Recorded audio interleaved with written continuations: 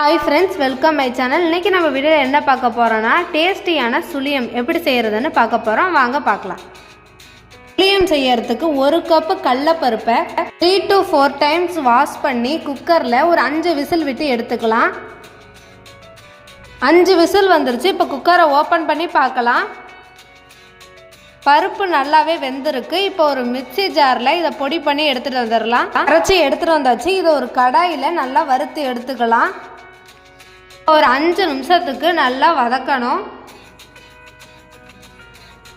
நல்லா வதங்கிடுச்சு. அதை ஒரு பாத்திரத்துக்கு மாற்றிக்கலாம். இப்போ அரை மூடி தேங்காவை அதே மாதிரி 5 மினிட்ஸ் நல்லா வதக்கிக்கலாம். தேங்காவும் நல்லா வதங்கினோடனே அதே பாத்திரத்தில் மாற்றிக்கலாம். 1 ஸ்பூன் ஏலக்காய் தூள் சேர்த்து நல்லா மிக்ஸ் பண்ணி விட்டுக்கோங்க.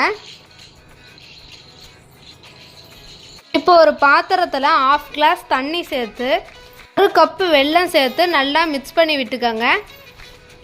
இதுக்கு பாகு பதம்லாம் தேவையில்லை. இந்த மாதிரி கொலகொலப்பு தன்மை வந்தோடனே ஃபில்டர் பண்ணி மிக்ஸ் பண்ணி வச்சுருந்ததில் சேர்த்துக்கலாம்.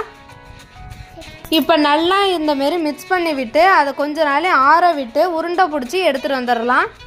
இப்போ எல்லா மாவையும் உருண்டை பிடிச்சி எடுத்துகிட்டு வந்தாச்சு.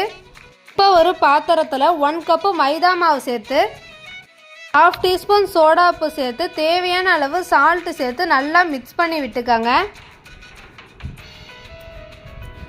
இப்போ 1 கிளாஸ் தண்ணி சேர்த்து நல்லா மிக்ஸ் பண்ணி விட்டுக்கோங்க.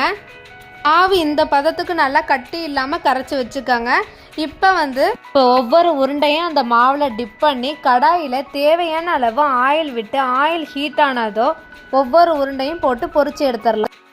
இப்போ எல்லாத்தையும் திருப்பி போட்டு வேக விடுங்க.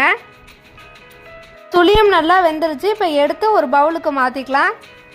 இப்போ டேஸ்டியான சுழியம் ரெடி ஆகிட்டு இதை நீங்களும் உங்கள் வீட்டில் செஞ்சு பார்த்துட்டு எனக்கு கமெண்ட் பண்ணுங்கள். இதே போல் நிறைய வீடியோஸ் பார்க்க நம்ம சேனல் லைக் பண்ணுங்கள், ஷேர் பண்ணுங்கள், மறக்காமல் சப்ஸ்கிரைப் பண்ணுங்கள். தேங்க்ஸ் ஃபார் வாட்சிங். தேங்க்யூ.